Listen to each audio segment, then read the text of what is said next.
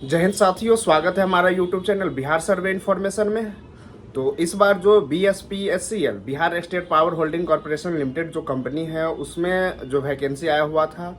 इसमें जो आपका वैकेंसी 2024 में निकल के आई थी कि आपका जो इलेक्ट्रीशियन से जो डिप्लोमा किए थे उनके लिए वैकेंसी था। उसके बाद जो नॉर्मल ग्रेजुएशन किए थे उनके लिए कॉरेस्पॉन्डेंस क्लर्क और स्टोर कीपर का जो है इनका वैकेंसी था। और उसके बाद जो कॉमर्स स्ट्रीम से ग्रेजुएशन किया है उनके लिए जो है JAC जूनियर अकाउंटेंट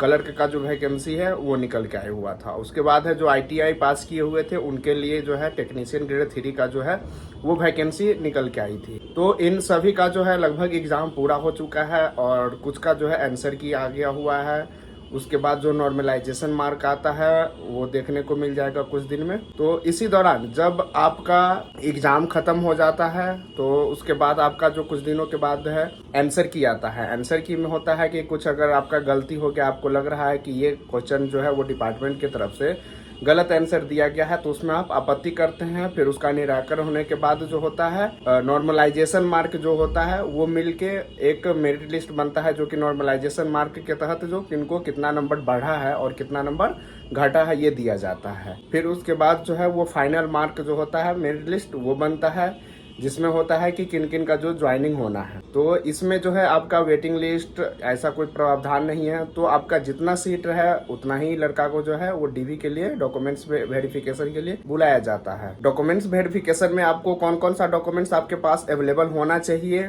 और किन किन का डॉक्यूमेंट्स का वहाँ जरूरत पड़ने वाला है, तो इसी बारे में हम आज के वीडियो में आपको बताने वाले हैं। क्योंकि जब फाइनल मेरिट लिस्ट निकल जाता है जिसमें आपका सिलेक्शन होना है, जिसका नाम आता है कि इतना लड़कों का सिलेक्शन हुआ है, तो उसमें आपको 500 से 6 दिन मतलब एक सप्ताह के अंदर जो है वो डॉक्यूमेंट्स वेरिफिकेशन और उसके एक सप्ताह के बाद जो है वो ज्वाइनिंग दे दिया जाता है। तो आपके पास जो है वो टाइम ज़्यादा रहता नहीं है, तो कोशिश करना ये है कि जो डॉक्यूमेंट्स रिक्वायर्ड है, जो डॉक्यूमेंट्स आपको आवश्यकता है, तो अगर आपको लग रहा है कि जब आपका आंसर किया जाता है तो उससे एक अंदाज़ा लग जाता है कि मेरा सिलेक्शन होना है या नहीं होना है। तो अगर आपको लग रहा है कि मेरा सिलेक्शन होना है तो आप अपना डॉक्यूमेंट जो है टाइम से बना के रखें, ताकि आपको जब भी इसका ज़रूरत हो तो आप उसको उपलब्ध करा सकें। तो आज के जो वीडियो में हम आपको बताने जा रहे हैं कि जो अगर आपने JAC जूनियर अकाउंटेंट क्लर्क के लिए अगर आपने अप्लाई किया है तो उसमें आपका जो शॉर्ट लिस्टेड कैंडिडेट है, जैसे ही आपका नाम आ जाता है और आपको लगता है कि मेरा जो है इसमें कैंडिडेट में शॉर्ट लिस्टेड कैंडिडेट में नाम आ सकता है, तो आपका जो भी डॉक्यूमेंट्स है वो लेके आप तैयार रहेंगे। क्योंकि इसमें आपको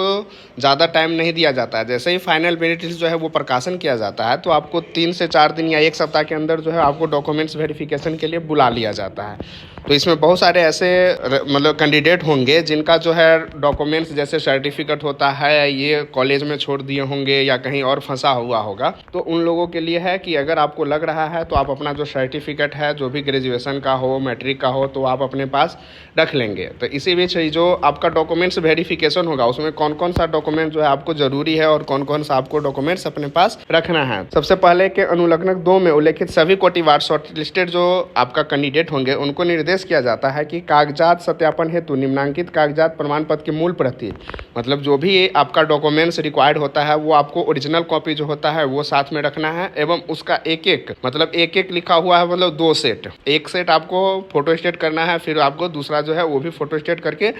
अभिप्रमाणित मतलब सेल्फ अटेस्टेड जो खुद का साइन करते हैं वो करके आपको फोटोकॉपी साथ में लाए। मतलब 2 सेट आपको डॉक्यूमेंट जो भी है वो बना लेना है और एक जो ओरिजिनल होगा सो बनाना है। तो इसमें कौन कौन सा डॉक्यूमेंट्स है जो आपको जरूरत है। सबसे पहला है कि एक वैध फोटो पहचान पत्र, any valid ID with photograph, मतलब एक वैध जो है फोटोग्राफ होना चाहिए जिसमें आपका फोटो होना चाहिए, आपका पूरा एड्रेस लिखा होना चाहिए। तो उसका जो आपका प्रमाण पत्र के लिए जैसे आप आधार कार्ड होता है, पैन कार्ड होता है या वोटर ID कार्ड होता है, फिर DL हो गया, ये सब चीज़ें हैं कि जिसमें आपका फ़ोटो भी रहे और उसमें पूरा एड्रेस भी रहे। तो आप कोशिश करना है कि आधार कार्ड, पैन कार्ड अगर आपके पास बना हुआ है तो वो आप ले लेंगे, सबसे बेटर रहेगा। फिर है 2 अदद रंगीन पासपोर्ट साइज फ़ोटो, मतलब जो रिसेंटली जो आपने फ़ोटो खींचा हुआ है उसमें आपको 2 फोटो जो है आपको कलर खिंचवा लेना है जो कि रिसेंट हो, और वो फोटोग्राफ आपको साथ में रखना है। मैट्रिक प्रमाण पत्र एवं उसका अंक प्रमाण पत्र, जब मैट्रिक किए हैं, 10th किए हैं, तो उसका जो है मैट्रिकुलेशन सर्टिफिकेट होता है कि जब पास आप कर जाते हैं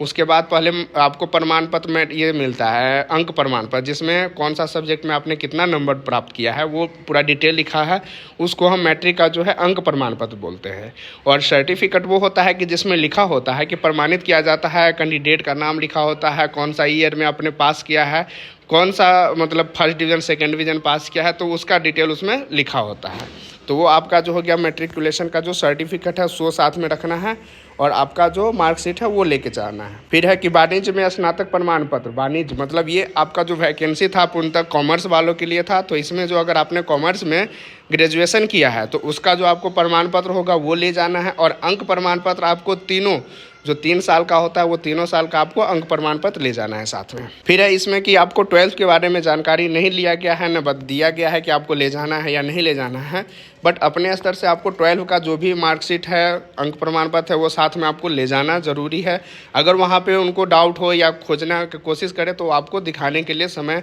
नहीं दिया जाएगा। तो कोशिश करना है कि 12 का जो भी आपका डिटेल है, जो भी आप स्ट्रीम से पास किया है वो आपको साथ में ले जाना है। फिर है कि बिहार राज्य सरकार की सेवाएं हेतु निर्धारित प्रपत्र में जाति प्रमाण पत्र, मतलब ये जो है आपका अगर कास्ट सर्टिफिकेट बनाए हुए हैं जो कि SC ST कैंडिडेट के लिए है, तो उनको आपको जाति प्रमाण पत्र साथ में ले जाना है। ये जाति प्रमाण पत्र स्टेट लेवल का भी हो सकता है और डिस्ट्रिक्ट लेवल का भी जो CO और जो कर्मचारी बनाते हैं वो भी वैलिड है इसमें। तो ये हो गया आपका कि जाति प्रमाण पत्र ले जाना है। बिहार सरकार की सेवा है तो निर्धारित प्रपत्र में जाति क्रीमी लेयर, मतलब ये OBC कैंडिडेट के लिए है। अगर आप अपना जो आरक्षण पाना चाहते हैं उसमें जो NCL जो कि कास्ट आपको साथ में ले जाना है, जाति प्रमाण पत्र साथ में तो ले ही जाना है, बट उसके साथ में जो है नॉन क्रीमी लेयर जो सर्टिफिकेट आता है वो आपको साथ में ले जाना है, तभी आपका जो रिजर्व जो मिलता है, रिजर्वेशन का लाभ वो मिल पाएगा। तो कोशिश करना ये है कि ये SC ST कैंडिडेट को नहीं ले जाना है, क्योंकि SC ST कैंडिडेट का सिर्फ कास्ट सर्टिफिकेट होता है, उनको NCL non creamy layer certificate बनाने की कोई ज़रूरत नहीं होता है। तो ये सिर्फ OBC कैंडिडेट के लिए है। फिर है कि आवासीय प्रमाण पत्र जो डोमिसाइल सर्टिफिकेट होता है, ये जितने भी डोमिसाइल वाले होंगे जो कि बिहार के निवासी होंगे सबको साथ में आपको डोमिसाइल का जो है ओरिजिनल सर्टिफिकेट ले जाना साथ में मैंडेटरी है, ज़रूरी है। और ये डोमिसाइल सर्टिफिकेट जो महिला है बिहार के, ये अभी कुछ दिन पहले भी न्यूज़ मिला हुआ था और ये अब लागू भी हो गया है। जो कि बिहार के कैंडिडेट है, जो महिला कैंडिडेट है, उनको 35% जो है सीधा आरक्षण दिया जाएगा। तो उनके लिए ये तो हर हाल में ज़रूरी है कि आपको डोमिसाइल सर्टिफिकेट बिहार का ले जाना ही है। फिर है सक्षम पदाधिकारी द्वारा निर्गत दिव्यांगता प्रमाण पत्र, मतलब अगर आप दिव्यांग कोटि का आरक्षण लेना चाह रहे हैं तो आपका जो PHP सर्टिफिकेट होता है वो आपको साथ में ले जाना है, तभी आपका जो है आरक्षण के लिए लाभ हेतु दावा कर सकते हैं। उसके बाद है बिहार राज्य के सक्षम पदाधिकारी जिला पदाधिकारी द्वारा निर्गत स्वतंत्रता सेनानी प्रमाण पत्र, जो आप स्वतंत्रता सेनानी कोटा के लिए अप्लाई किए हुए हैं और स्वतंत्रता सेनानी कोटा में आपने अप्लाई किया है, तो आपको जो है जिला पदाधिकारी द्वारा जो सक्षम पदाधिकारी है उनके द्वारा जो निर्गत स्वतंत्रता सेनानी प्रमाण पत्र होता है वो आपको साथ में ले जाना होगा, तभी आप इस जो कोटा का आरक्षण है वो ले पाएंगे। फिर इसमें एक महत्वपूर्ण जानकारी है कि अभ्यर्थी द्वारा किसी संगठन, मतलब कोई अगर प्राइवेट नौकरी कर रहे हैं, किसी प्राइवेट कंपनी में काम कर रहे हैं या गवर्नमेंट सेक्टर में काम कर रहे हैं, तो आपको जो क्या है कि जैसे ही आपका शॉर्ट लिस्टेड आता है या आपको आंसर की होने के बाद ही अगर आपको नॉर्मलाइजेशन जो आता है मार्क, उसमें अगर आपको लग रहा है कि मेरा नौकरी हो जाएगा, मेरा जो शॉर्ट लिस्टेड कैंडिडेट है उसमें नाम आ जाएगा, तो आपको करना है कि अपना जो भी डिपार्टमेंट है उसमें आपको NOC के लिए अप्लाई करना होता है, एक लेटर देना होता है जो आपका सीनियर पदाधिकारी है उनको, तो वो आपको ज़रूरी है, क्योंकि इसमें साफ साफ लिखा हुआ है कि अभ्यर्थी यदि किसी संगठन में कार्यरत हो तो सक्षम पदाधिकारी द्वारा निर्गत अनापत्ति प्रमाण पत्र नो ऑब्जेक्शन सर्टिफिकेट, मतलब NOC जिसको बोलते हैं नो ऑब्जेक्शन सर्टिफिकेट, वो अवश्य लाएं।